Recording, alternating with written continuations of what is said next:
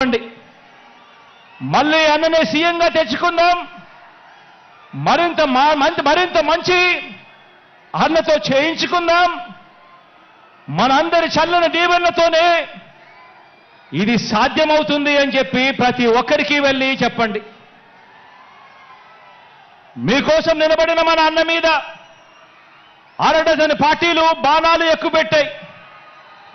ఆ అవ్వ తాతలకు, ఆ అక్క చెల్లెమ్మలకు, ఆ రైతన్నలకు, ఆ పేదలకు మీ అందరి తరపున జగనన్న నిలబడ్డాడు కాబట్టి ఈరోజు జగనన్న మీద అరడజన్ పార్టీలు అరడజన్ బాణాలు ఎక్కుపెట్టాయి.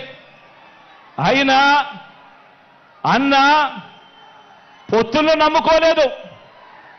అన్న మనల్ని నమ్ముకున్నాడు, ఆ దేవుడిని నమ్ముకున్నాడు. అన్న ఒంటరిగానే సింహంలో మనందరికీ తోడుగా నిలబడ్డాడు అని చెప్పి ప్రతి ఇంటికి వెళ్ళి చెప్పండి. మన అన్న ప్రజల్ని, దేవుడిని తప్ప పొత్తుల్ని, ఎత్తుల్ని నమ్ముకోలేదు. మన అన్న ఎప్పుడు మోసాలు చేయలేదు, ఎప్పుడు అబద్ధాలు చెప్పలేదు, ఎప్పుడు జిత్తులను నమ్ముకోలేదు మన అన్న అని చెప్పి ప్రతి ఇంటికి వెళ్ళి చెప్పండి. మన అన్న నమ్ముకున్నది తాను చేసిన మంచి జరిగిన ప్రజల్ని మాత్రమే మన అన్న నమ్ముకున్నాడు అని ప్రతి ఇంటికి వెళ్ళి చెప్పండి. మళ్ళీ మన అన్నను గెలిపించేందుకు మనమంతా కూడా చెయ్యి కలపాలి.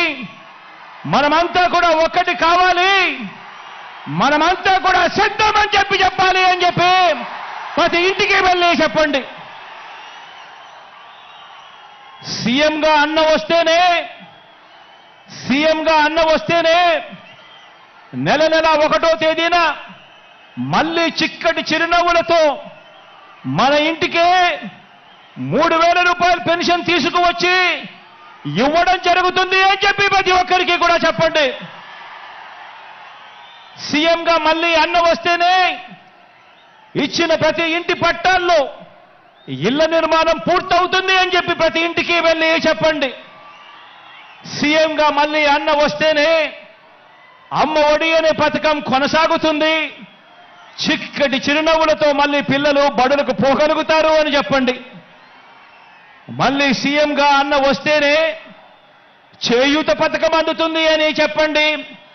మళ్ళీ సీఎంగా అన్న వస్తేనే రైతు భరోసాగా రైతన్నకు తోడుగా నిలుస్తుంది అని చెప్పి కూడా చెప్పండి. సీఎంగా మళ్ళీ అన్న వస్తేనే పెద్ద చదువులు చదువుతా ఉన్న పిల్లలకు పూర్తి ఫీజు రీఎంబర్స్మెంట్ కింద విద్యా దీవెన, వసతి దీవెన వచ్చే మనసు కేవలం అన్న వస్తేనే జరుగుతుంది అని చెప్పండి. సీఎంగా మళ్ళీ అన్నను గెలిపించుకుంటేనే బటన్ నొక్కితే నేరుగా నా అక్క చెల్లెమ్మల కుటుంబాల ఖాతాల్లోకి ఎలాంటి వివక్ష లేకుండా, ఎలాంటి లంచాలు లేకుండా నేరుగా డబ్బులు పడే పరిస్థితి రావాలి అనంటే మళ్ళీ అన్న ముఖ్యమంత్రి అయితేనే అని చెప్పి ప్రతి ఇంటికి వెళ్ళి చెప్పండి. సీఎంగా మళ్ళీ అన్న వస్తేనే గవర్నమెంట్ బడి బాగుపడుతుందని చెప్పండి. సీఎంగా అన్న వస్తేనే గవర్నమెంట్ హాస్పిటల్ బాగుపడుతుందని చెప్పండి.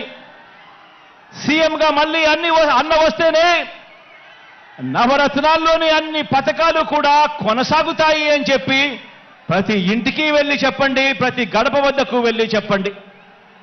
ఈ పథకాలు అందుకున్న మనందరం కూడా స్టార్ క్యాంపెయినర్లుగా బయటికి రావాలి అని చెప్పండి.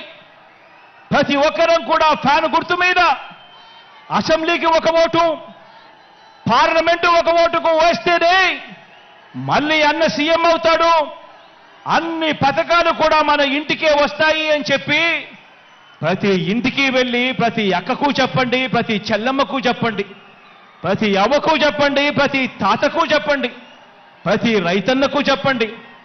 ఆ చెప్పేటప్పుడు అదే చంద్రబాబుకు ఓటు వేయడము అనంటే